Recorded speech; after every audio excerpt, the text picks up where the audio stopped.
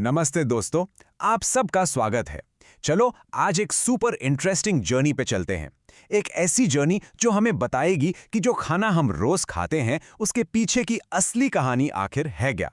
कभी सोचा है कि आपकी प्लेट में जो गर्मा गर्म रोटी आती है या जो चावल आप खाते हैं उनकी लाइफ शुरू कहाँ से होती है? ये सफर शुरू होता है एक किसान के खेत से। तो इस पूरे सफर को समझने के लिए सबसे पहले एक बेसिक सवाल, आखिर ये क्रॉप यानी फसल होती क्या चीज है? चलिए जानते हैं।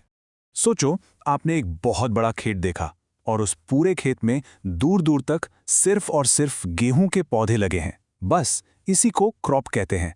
जब एक ही तरह के प्लांट्स एक ही जगह पर बहुत बड़ी क्वांटिटी में उगाए जाते हैं, यहां दो चीजें जरूरी हैं, याद रखना, एक ही तरह के और बहुत बड़ी क्वांटिटी में।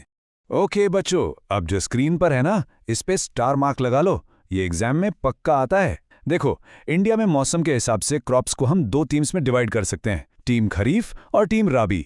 टीम खरीफ को बारिश पसंद है, इसलिए ये रेनी सीजन यानी जून जुलाई में उगती हैं, जैसे कि पैडी यानी धान और मेज। और टीम राबी को ठंड पसंद है, तो ये विंटर सीजन यानी अक्टूबर नवंबर में उगती हैं, जैसे कि आपका फेवरेट गेहूं और चना।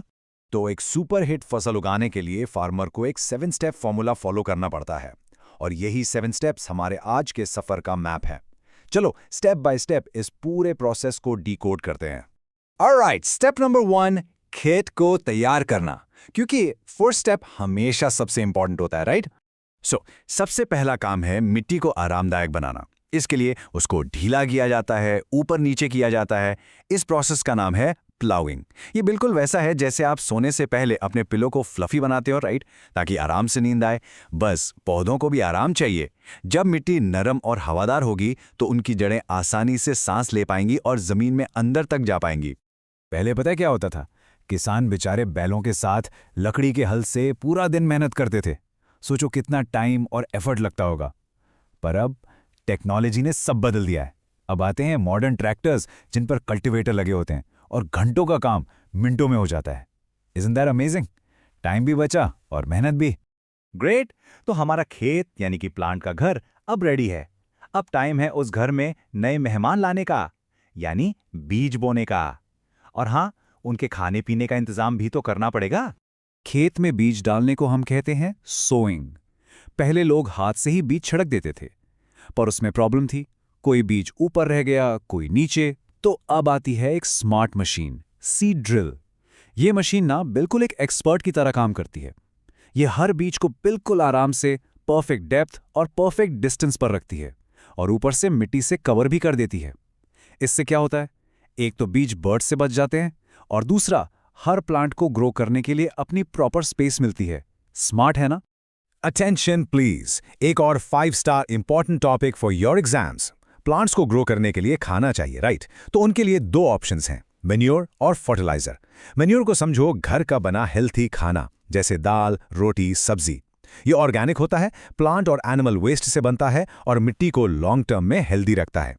दूसरी तरफ है फर्टिलाइजर। ये है मार्केट वाला एनर्जी ड्रिंक, फैक्ट्री में बनता है और प्लांट्स को झट से एनपीके यानी नाइट्रोजन, फास्फोरस, पोटेशियम जैसी एनर्जी दे देता है। पर जैसे रोज रोज एनर्जी ड्रिंक पीना हमारे लिए अच्छा नहीं, वैसे ही ज्यादा फर्टिलाइजर मिट्टी की हेल्थ खराब कर सकता है। ओके, सो हमारे नन्हे नन्हे पौधे अब बड़े हो रहे हैं, पर अब उन्हें 2 चीजों की सख्त जरूरत है।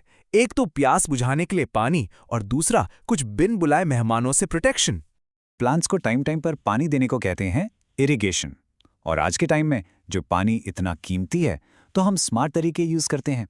एक है स्प्रिंकलर सिस्टम। ये बिल्कुल आर्टिफिशियल रेन जैसा है, फुवारे की तरह पानी सब जगह फैलाता है। और इससे भी स्मार्ट है ड्रिप इरिगेशन। इसमें पानी पाइप से सीधा बूंद बूंद करके ड्रॉप बाय ड्रॉप प्लांट्स के रूट्स में जाता है। एक बूंद भी वेस्ट नहीं। Genius, right?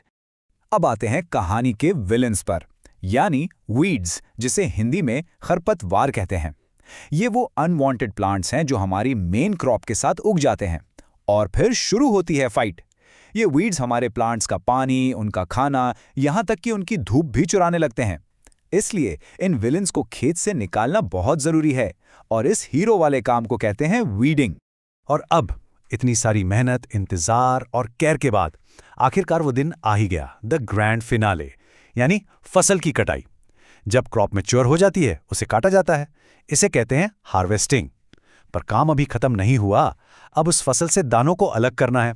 उसके लिए होता है थ्रेशिंग, और फिर उन दानों में से कचरा और भूसा निकालना है।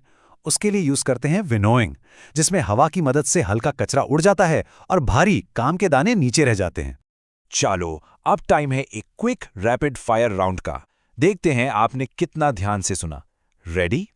पहला सवाल, गेहूं यानी वीट सर्दियों में उगता है, तो बताओ ये टीम खारीफ में है या टीम राबी में? सोचो सोचो। 5, 4, 3, 2, 1 and the answer is team राबी। बिल्कुल सही, क्योंकि राबी क्रॉप्स को ठंड पसंद है। क्वेश्चन नंबर 2, वो कौन सा ट्रेडिशनल टूल है जिसे किसान बैलों के साथ यूज करते थे खेत की जुताई के लिए? याद करो, मैंने बताया था।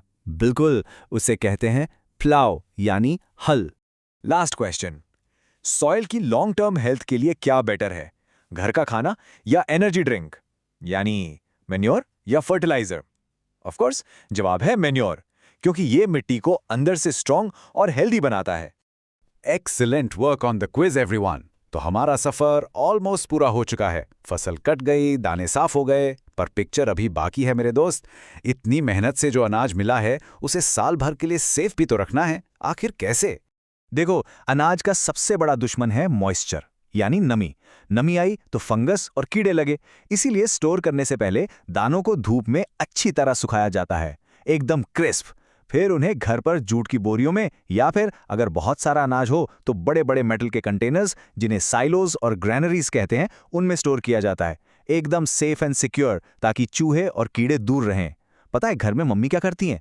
वो दालों के डब्बे में सूखी नीम की पत्तियां डाल देती हैं। वो भी कीड़ों को दूर रखती हैं। तो अब आपके लिए एक फन चैलेंज है। आज रात डिनर पे या कल लंच पे जब भी आपकी प्लेट में दाल या चावल आए तो 1 मिनट के लिए डिटेक्टिव बन जाना और पता लगाना कि ये टीम खरीफ का प्लेयर है या टीम रबी का। अपने पेरेंट्स से पूछना और देखना आपको कितना याद है। तो ये थी कहानी बीज से प्लेट तक की। पर जाते जाते मैं आपके लिए एक सवाल छोड़कर जा रहा हूं। हमारे फार्मर्स इतनी मेहनत करते हैं हम सबका पेट भरने के लिए। आपके हिसाब से आज के टाइम में उनके सामने सबसे बड़ा चैलेंज क्या है? बदलता मौसम, पानी की कमी या कुछ और? इस पर जरूर सोचना। चलिए मिलते हैं अगले एक्सप्लेनर में। ध्यान रखिएगा।